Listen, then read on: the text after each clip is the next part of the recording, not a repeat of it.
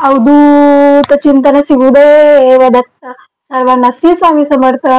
आज मी तुम्हाला नित्यसेवा कशी करायची, स्वामींची नित्यसेवा कशी करायची हे मी तुम्हाला थोडक्यात सांगते. तर स्वामींचं हे सारामृत आहे. हे गुरुमाऊलींनी आपल्या महिलांसाठी छोटे केलंय, कारण कोणाला 21, कोणाला 51, कोणाला 108 पारायण करावे लागतात. करायची असं इच्छा असते, पण मोठा ग्रंथ असला की बायकांना ते जमत नाही. कारण आपल्या मागं संसार असतो, लहान बाळ असतात, जॉब असतो, घरातली कामं असतात, भरपूर बायकांच्या मागे प्रॉब्लेम असतात. त्यामुळे त्यांना हे पूर्ण ग्रंथ, मोठा ग्रंथ वाचता येत नाही. 108 पारायण करायला जमत नाही, किंवा 51 पारायण करायला जमत नाही, 21 पारायण करायला जमत नाही. त्यासाठी गुरुमाऊलींनी हा आपला स्वामी सारामृत ग्रंथ छोटा केलेला आहे आपल्यासाठी. आणि खरंच हा ग्रंथ म्हणजे काय, आणि स्वामी खूप खूप अनुभव देऊन जातात. खूप काही प्रश्न मार्गी लागतात, खूप काही प्रश्न सुटतात. खूप प्रभावशाली हा ग्रंथ आहे. खरंच नित्यसेवा करा, 11 माळी जप करा, आणि 3 अध्याय रोजचे. शुक्रवारपासून नित्यसेवा स्टार्ट केली की ती गुरुवारी संपते. तर तुम्ही 3 अध्याय रोजचे घेऊ शकता. पहिल्या दिवशी 1 चे 2, 3, दुसऱ्या दिवशी 4, 5, 6 असे तुम्ही अध्याय गुरुवारपर्यंत कंप्लीट करू शकता. एक पारायण तुमचं होऊन जाईल. आणि जर तसंही जमत नसेल, काही आमचे प्रॉब्लेम आहेत, लहान बाळ आहे किंवा काय तुमचं काय प्रॉब्लेम असेल, ताई आमचं लहान बाळ आहे किंवा आम्हाला जमत नाही करायला रोजचे 3 अध्याय, मग तुम्ही काय करायचं, 3 दिवसात, मग शुक्रवारी 7 अध्याय, सोमवारी 7 अध्याय, गुरुवारी 7 अध्याय, असं एक 3 दिवसांचे पारायण करू शकता. 3 दिवसात हे संपू शकता बुक. किंवा मग तुम्हाला तसंही जमत नसेल, खरंच खूप अडचण असेल, तर तुम्ही 1 दिवसात 1 ते 21 अध्याय वाचू शकता गुरुवारी.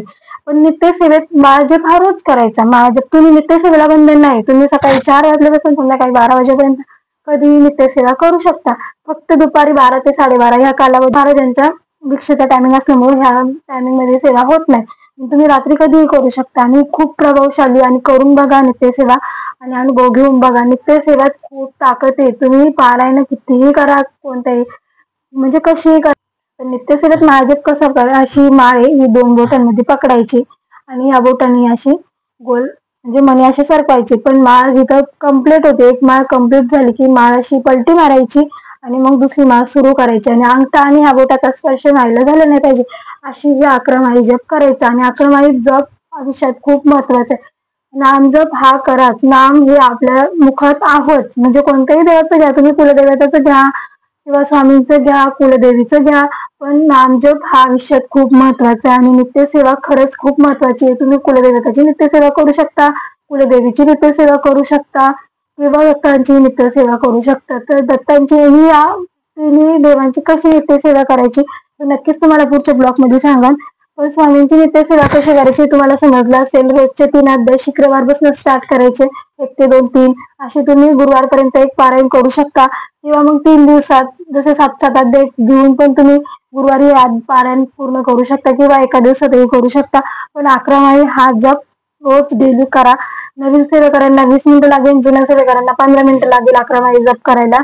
आणि खरंच स्वामी आयुष्यात आले ना, स्वामींनी हात धरलेला स्वामी कधीच सोडत नाही. आणि स्वामी खरंच आहे, जे दिसत नसते तरी स्वामी आहे. आणि स्वामींचे अनुभव हे प्रत्येक व्यक्तीला येतात. आणि खरंच माझे अनुभव मी तुमच्याशी शेअर करेल. आणि खरंच मी कशी सेवा केली हे तुम्हाला मी नक्कीच सांगेल. म्हणजे मी सेवेत कशी आले, माझे अनुभव हे नक्कीच मी एक ब्लॉग त्याच्यावरती नक्कीच बनवेल. आणि खरंच अशाच सेवा, म्हणजे मी आता नवीन चॅनल खोलला, अशाच वेगवेगळ्या सेवा तुमच्यासाठी मी नक्कीच घेऊन येईन. सर्वांना श्री स्वामी समर्थ. जय जय स्वामी समर्थ. व्हिडिओ आवडला असेल तर लाईक करा, शेअर करा, सबस्क्राईब करा. दुसऱ्या सेवेची माहिती असेल तर कमेंट करून नक्कीच विचारा. सर्वांना श्री स्वामी.